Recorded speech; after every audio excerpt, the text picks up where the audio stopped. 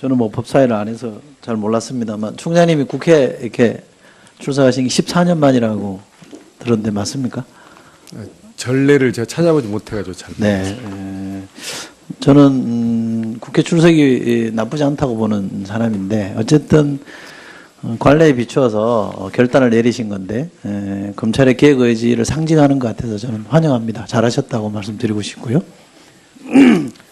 공수처 도입과 관련해서 보고자료에 적시되어 있는 내용에 대해서 저도 조금 명료하게 한번 질문을 드려보고 싶습니다. 저희 당은 야당에게 공수처장 추천권까지도 허용할 수 있다 이런 전향적인 입장을 갖고 있는데 여기 기재된 거 보면 제가 역지사지해 보면 충분히 이해됩니다. 검찰이 아니 뭐 공수처 도입하는데 환영합니다 이럴 수는 저는 없을 거라고 생각합니다. 또 검찰의 수장이신데 더더욱이 전 그럴 거라고 보는데 그런 고뇌가 좀 묻어 있다고 봐요. 그러나 지금 여기 헌법 정신을 존중하는 부분 또 하나는 수사권을 병존하는 것을 전제로 하면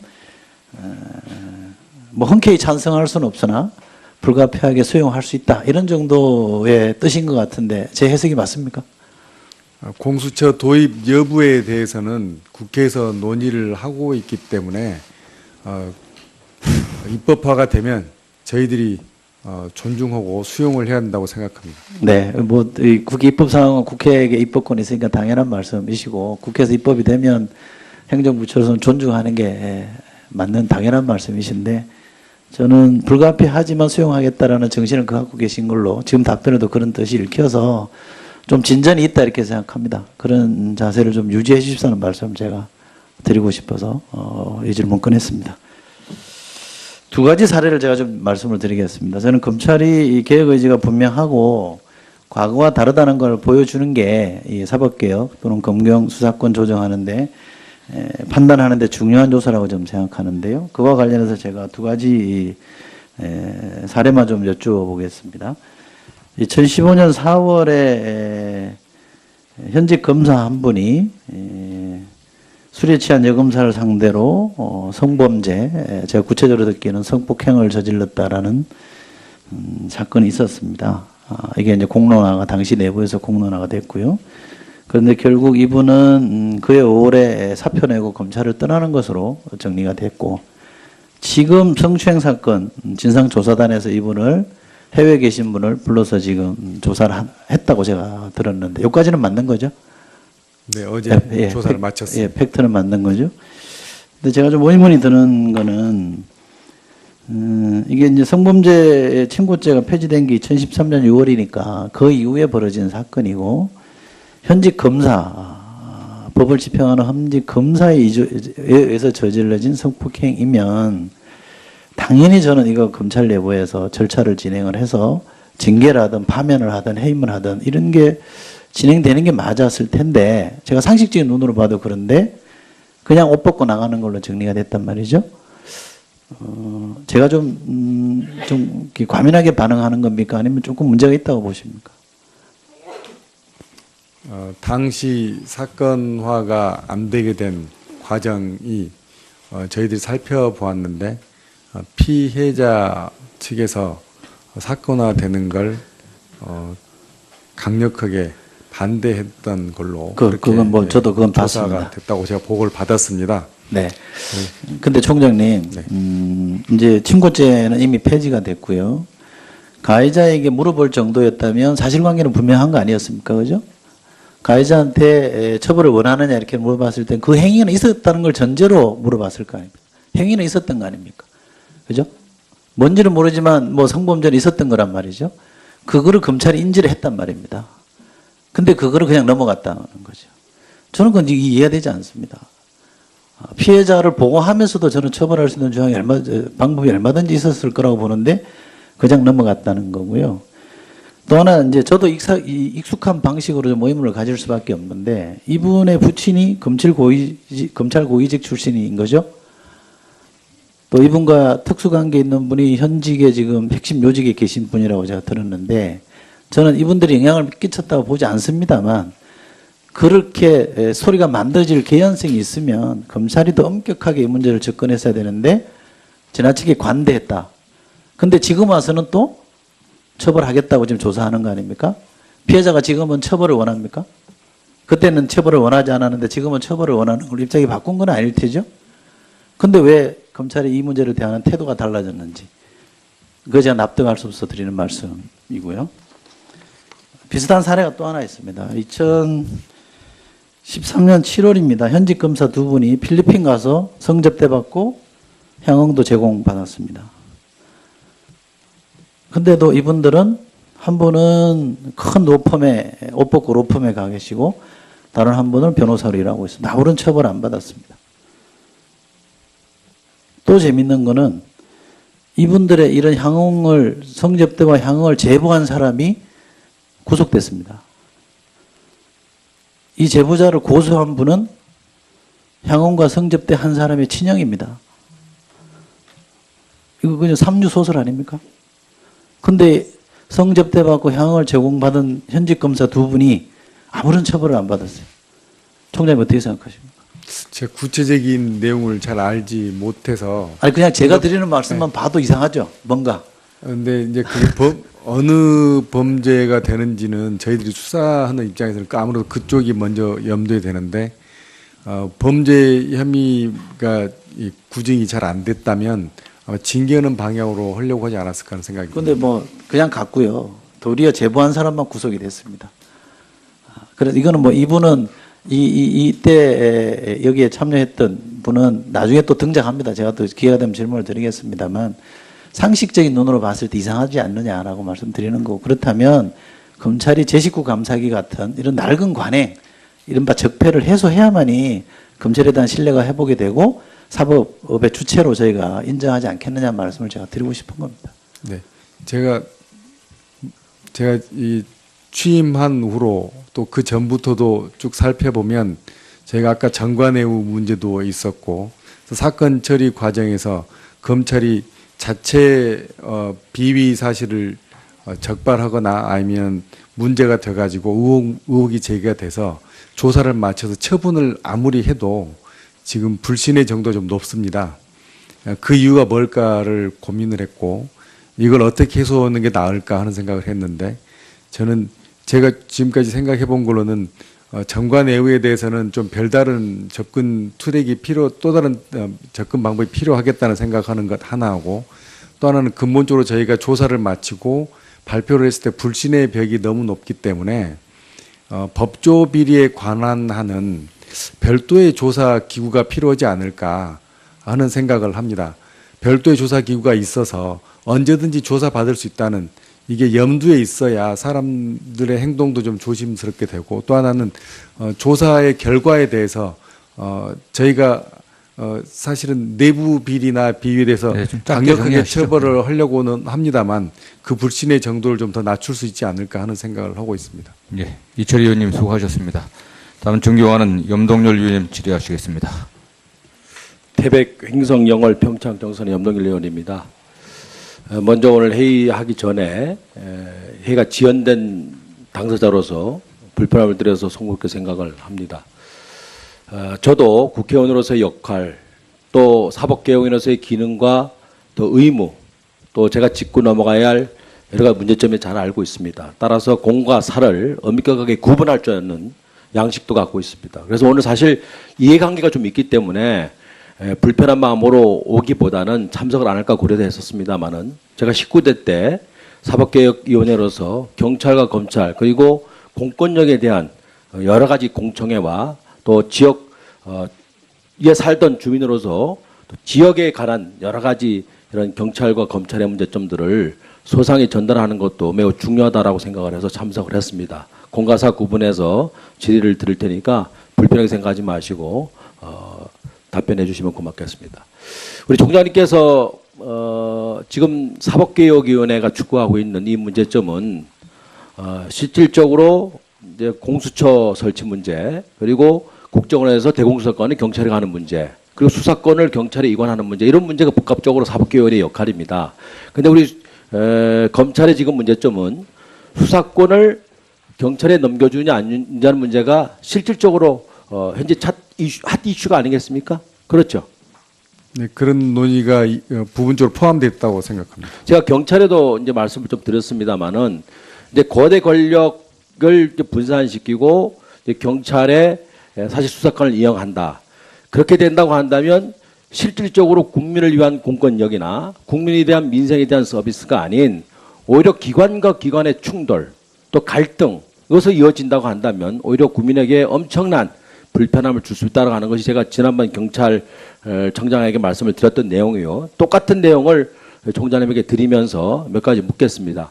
즉 권한 분산을 한다고 그랬지 않습니까? 그 이유를 우리 총장님께서 검찰의 권한 분산은 그동안에 거대 권력을 갖고 있는 검찰이다. 그래서 과잉 수사를 했다라는 말씀을 아까 법무부가 하셨고, 두 번째로 정치의 중립성을 가지고 이제 문제점이 있을 것이다. 그리고 수사의 공정성, 그리고 인권 옹호 기관으로서의 그 역할을 다하지 못했다는 세 가지 점을 말씀을 주셨어요. 이거 외에 경찰에게 수사권이 넘겨가서는 일어날 수 있는 문제점이 뭐가 있다고 생각하십니까? 지금 우리나라 경찰 제도는 전 세계에 유례가 없는 제도입니다. 국가 경찰 단일 통치 체계로 이루어진 경찰 제도는 대한민국밖에 없습니다. 현대 민주국가 중에서 경찰제의 원형이라고 할 수 있는 자치경찰제를 시행하지 않고 있는 유일한 나라입니다. 그러한 국가 단일 통치 시스템을 갖고 있는데 더해서 정보 기능까지 가지고 있습니다. 정보 기능이 확장되다 보니까 지금은 동향 정보니 정책 정보니 하는 그런 기능까지 확장돼 가고 있습니다. 이게 큰 문제입니다. 오늘 신문에도 보도됐고 최근에 국정원 조사에서도 문제가 됐듯이 동향 정보나 정책 정보나 이런 정보들은 사실은 사찰 정보 성격을 강하게 가지고 있을 수밖에 없습니다. 이러한 분리, 정보가 경찰로부터 분리돼야 되는 문제, 그다음에 지방자치경찰제가 시행돼야 하는 문제, 이런 문제를 선행하지 않고 수사권을 일방적으로 수사사법통제에서 벗어나게 한다면 국가적으로 큰 폐해가 올 것이 당연합니다. 불을 보듯 뻔합니다. 이런 문제를 먼저 해결해야만 그다음에 수사권에 대해서 어떻게 배분을 하는 게 맞는지, 사법통제를 어느 정도로 약화시키는 게 맞는지 이런 논의가 가능하다고 생각합니다. 지난번 경찰청장에 대한 말씀을 제가 드렸어요. 거대 이런 그 경찰의 지금 조직하에 수사권까지 가게 되면 실제 지금 말씀하셨던 검찰에서 가지고 있는 그 폐해가 경찰에서 더욱 우리 국민들에게 깊숙이 침투하고 있는 경찰 조직을 통해서 일어날 수 있다는 염려를 한다. 그런 우려를 한다 이렇게 말씀을 드렸어요. 그런데 경찰이든 검찰이든 이게 공권력이라고 중요하다고 생각하는 건 뭐냐면 이 공권력이 불공정하게 부당하게 이루어진다고 한다면 실제 국민들은 굉장한 자괴감을 느낄 것이다. 그리고 어떤 한계를 느낄 것이다. 그래서 그것이 곧 우리 어떤 희망과 또 공정한 사회를 바라보는 눈이 만약에 달라진다고 한다면 굉장히 삶이 피폐할 것이다 라고 하는 이러한 연결골까지 갈 수 있는 아주 중요한 문제가 공권력이다 이렇게 좀 보고 있고요. 또 우리 지적하셨듯이 정치 검찰로 정치에 만약에 이렇게 가깝게 있다고 한다면 실제로 그것은 여야 대결 구도에 있어서 정권을 잡는 데 있어서도 매우 중요한 요소입니다. 사법권을 진다고 하는 것은 여야 갈등의 시작이고 어떻게 보면 반목의 단초기 때문에 매우 중요하다. 바로 이 정치 검찰은 실질적으로 정치를 서로 불리하게 만들고 정치를 혼란하게 만들고 또 그 혼란은 경제를 혼란하게 만들고 그 경제가 혼란하면 결국은 국민들이 민생이라든가 여러 가지 문제를 통해서 실제 어려움을 겪게 된다 하는 차원에서 저는 여러 가지 정부 구조가 있습니다만은 이 공권력에 대한 정당성과 그리고 어떤 부당함이 있다고 한다면 굉장히 국민에게 삶에 있어서의 영향을 미치는 것이 공권력이다 이렇게 생각을 합니다. 그렇다고 한다면 지금 말씀하셨듯이 검찰이 가지고 있는 수사권을 가지고 있음으로 인해서 여러 가지 폐해가 있다고 저는 봅니다. 수사권과 기소권을 같이 갖고 있고 그리고 수사 개시에서부터 종결까지 영장 청구라든가 검사의 수사 지휘권이라든가 그다음에 여러 가지 기소권까지 갖고 있다고 한다면 한 몸에 갖고 있는 거 아니겠습니까? 그러면 독립적인 사법 기관의 우리 검사가 자기 나름대로 디자인하고 설계하는 수사대로 갈 수가 있다. 종결하고 싶으면 종결하고 과잉수사하고 싶으면 과잉하고 그리고 이것을 부당하면서도 실질적으로 어떤 감정에 의해서 또 어떤 조종 세력에 의해서 얼마든지 혼자 디자인하고 설계하고 끝낼 수가 있다. 이런 그 패단이 있어요. 여기에 대해서 우리 총장님 어떻게 생각하십니까? 위원님께서 말씀하신 내용에 제가 거의 전적으로 동감입니다. 지금 우리 검찰이 권한이 세다고 보여지는 가장 큰 이유도 워낙 경찰과 법원이 강력하게 국가 단일 시스템으로 되어 있기 때문에 검찰 또한 국가 단일 시스템으로 되어 있고 검찰이 상대적으로 다른 나라에 비해서 많은 권한을 가지고 있습니다. 그건 인정하지 않을 수 없습니다.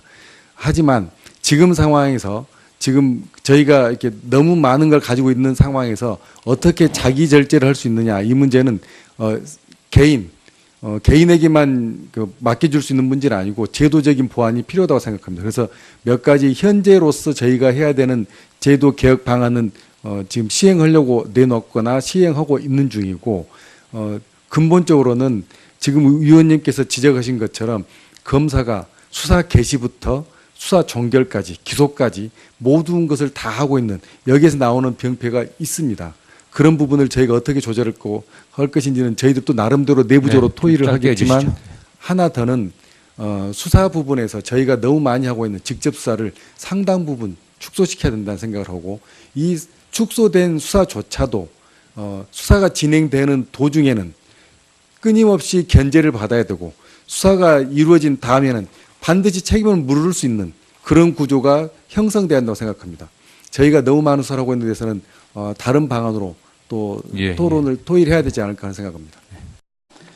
비슷한 사례가 또 하나 있습니다. 2013년 7월입니다. 현직 검사 두 분이 필리핀 가서 성접대 받고 향응도 제공받았습니다. 근데도 이분들은 한 분은 큰 옷 벗고 로펌에 가 계시고 다른 한 분은 변호사로 일하고 있습니다. 아무런 처벌 안 받았습니다. 또 재밌는 거는 이분들의 이런 성접대와 향응을 제보한 사람이 구속됐습니다. 이 제보자를 고소한 분은 향응과 성접대 한 사람의 친형입니다. 이거 그냥 삼류소설 아닙니까? 근데 성접대 받고 향응을 제공받은 현직 검사 두 분이 아무런 처벌을 안 받았어요. 총장님 어떻게 생각하십니까? 제가 구체적인 내용을 잘 알지 못해서. 아니 그냥 제가 드리는 말씀만 봐도 이상하죠. 뭔가. 근데 이제 어느 범죄가 되는지는 저희들이 수사하는 입장에서는 아무래도 그쪽이 먼저 염두에 되는데, 범죄 혐의가 구증이 잘 안 됐다면 아마 징계하는 방향으로 하려고 하지 않았을까 하는 생각이 듭니다. 근데 뭐 그냥 갔고요. 도리어 제보한 사람만 구속이 됐습니다. 그래서 이거는 뭐 이분은 이때 여기에 참여했던 분은 나중에 또 등장합니다. 제가 또 기회가 되면 질문을 드리겠습니다만, 상식적인 눈으로 봤을 때 이상하지 않느냐라고 말씀드리는 거고, 그렇다면 검찰이 제 식구 감사기 같은 이런 낡은 관행, 이른바 적폐를 해소해야만이 검찰에 대한 신뢰가 회복이 되고 사법의 주체로 저희가 인정하지 않겠느냐 말씀을 제가 드리고 싶은 겁니다. 네, 제가 이 취임 아니면 조금 문제가 있다고 보십니까?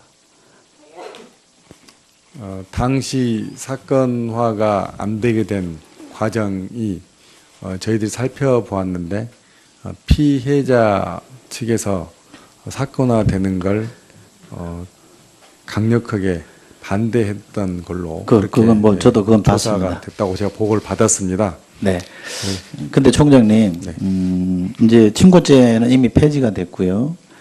가해자에게 물어볼 정도였다면 사실관계는 분명한 거 아니었습니까? 그죠? 가해자한테 처벌을 원하느냐 이렇게 물어봤을 땐 그 행위는 있었다는 걸 전제로 물어봤을 거 아닙니까? 행위는 있었던 거 아닙니까? 그죠? 뭔지는 모르지만 뭐 성범죄는 있었던 거란 말이죠. 그거를 검찰이 인지를 했단 말입니다. 근데 그거를 그냥 넘어갔다는 거죠. 저는 그건 이해가 되지 않습니다. 피해자를 보호하면서도 저는 처벌할 수 있는 방법이 얼마든지 있었을 거라고 보는데 그냥 넘어갔다는 거고요. 또 하나 이제 저도 익숙한 방식으로 좀 의문을 가질 수밖에 없는데, 이분의 부친이 검찰 고위직 출신인 거죠. 또 이분과 특수관계 있는 분이 현직에 지금 핵심 요직에 계신 분이라고 제가 들었는데, 저는 이분들이 영향을 끼쳤다고 보지 않습니다만, 그렇게 소리가 만들어질 개연성이 있으면 검찰이 더 엄격하게 이 문제를 접근했어야 되는데 지나치게 관대했다. 근데 지금 와서는 또 처벌하겠다고 지금 조사하는 거 아닙니까? 피해자가 지금은 처벌을 원합니까? 그때는 처벌을 원하지 않았는데 지금은 처벌을 원하는 걸 입장이 바꾼 건 아닐 테죠? 근데 왜 검찰이 이 문제를 대하는 태도가 달라졌는지 그거 제가 납득할 수 없어 드리는 말씀이고요. 한 후로 또 그 전부터도 쭉 살펴보면 저희가 아까 정관예우 문제도 있었고 사건 처리 과정에서 검찰이 자체 비위 사실을 적발하거나 아니면 문제가 돼가지고 의혹이 제기가 돼서 조사를 마쳐서 처분을 아무리 해도 지금 불신의 정도가 좀 높습니다. 그 이유가 뭘까를 고민을 했고 이걸 어떻게 해소하는 게 나을까 하는 생각을 했는데 저는 제가 지금까지 생각해 본 걸로는 정관예우에 대해서는 좀 별다른 접근 투력이 또 다른 접근 방법이 필요하겠다는 생각하는 것 하나하고 또 하나는 근본적으로 저희가 조사를 마치고 발표를 했을 때 불신의 벽이 너무 높기 때문에 법조 비리에 관한하는 별도의 조사 기구가 필요하지 않을까 하는 생각을 합니다.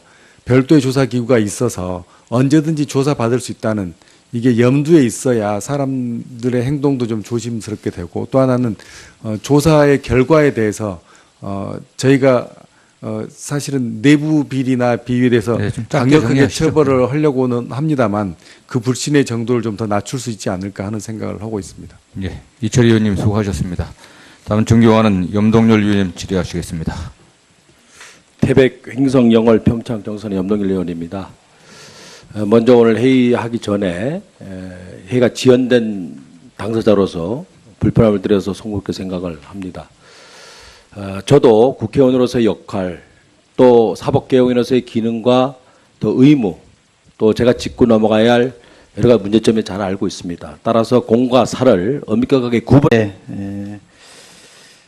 저는 뭐 법사위를 안 해서 잘 몰랐습니다만 총장님이 국회 이렇게 출석하신 게 14년 만이라고 들었는데 맞습니까? 전례를 제가 찾아보지 못해가지고 잘 네. 저는 국회 출석이 나쁘지 않다고 보는 사람인데 어쨌든 관례에 비추어서 결단을 내리신 건데 검찰의 개혁 의지를 상징하는 것 같아서 저는 환영합니다. 잘하셨다고 말씀드리고 싶고요. 공수처 도입과 관련해서 보고자료에 적시되어 있는 내용에 대해서 저도 조금 명료하게 한번 질문을 드려보고 싶습니다. 저희 당은 야당에게 공수처장 추천권까지도 허용할 수 있다 이런 저양적인 입장을 갖고 있는데 여기 기재된 거 보면 제가 역지사지해 보면 충분히 이해됩니다. 검찰이 아니 뭐 공수처 도입하는데 환영합니다 이럴 수는 저는 없을 거라고 생각합니다. 또 검찰의 수장이신데 더더욱이 전 그럴 거라고 보는데 그런 고뇌가 좀 묻어 있다고 봐요. 그러나 지금 여기 헌법 정신을 존중하는 부분 또 하나는 수사권을 병존하는 것을 전제로 하면 뭐 흔쾌히 찬성할 수는 없으나 불가피하게 수용할 수 있다 이런 정도의 뜻인 것 같은데 제 해석이 맞습니까? 공수처 도입 여부에 대해서는 국회에서 논의를 하고 있기 때문에 입법화가 되면 저희들이 존중하고 수용을 해야 한다고 생각합니다. 네, 뭐 국회 입법 상황은 국회에게 입법권이 있으니까 당연한 말씀이시고 국회에서 입법이 되면 행정부처로서는 존중하는 게 맞는 당연한 말씀이신데 저는 불가피하지만 수용하겠다라는 정신을 갖고 계신 걸로 지금 답변에도 그런 뜻이 읽혀서 좀 진전이 있다 이렇게 생각합니다. 그런 자세를 좀 유지해 주십사는 말씀 제가 드리고 싶어서 이 질문 꺼냈습니다. 두 가지 사례를 제가 좀 말씀을 드리겠습니다. 저는 검찰이 이 개혁 의지가 분명하고 과거와 다르다는 걸 보여주는 게 이 사법개혁 또는 검경 수사권 조정하는데 판단하는데 중요한 조사라고 좀 생각하는데요. 그와 관련해서 제가 두 가지 사례만 좀 여쭈어보겠습니다. 2015년 4월에 현직 검사 한 분이 술에 취한 여검사를 상대로 성범죄, 제가 구체적으로 듣기에는 성폭행을 저질렀다라는 사건이 있었습니다. 이게 이제 공론화가 당시 내부에서 공론화가 됐고요. 그런데 결국 이분은 그해 5월에 사표 내고 검찰을 떠나는 것으로 정리가 됐고 지금 성추행 사건 진상조사단에서 이분을 해외에 계신 분을 불러서 지금 조사를 했다고 제가 들었는데 여기까지는 맞는 거죠? 네, 어제 조사를 마쳤습니다. 예, 팩트는 맞는 거죠. 근데 제가 좀 의문이 드는 거는 이게 이제 성범죄 친고죄가 폐지된 게 2013년 6월이니까 그 이후에 벌어진 사건이고 현직 검사 법을 집행하는 현직 검사에 의해서 저질러진 성폭행이면 당연히 저는 이거 검찰 내부에서 절차를 진행을 해서 징계를 하든 파면을 하든 해임을 하든 이런 게 진행되는 게 맞았을 텐데 제가 상식적인 눈으로 봐도 그런데 그냥 옷 벗고 나가는 걸로 정리가 됐단 말이죠. 제가 좀 과민하게 반응하는 겁니까?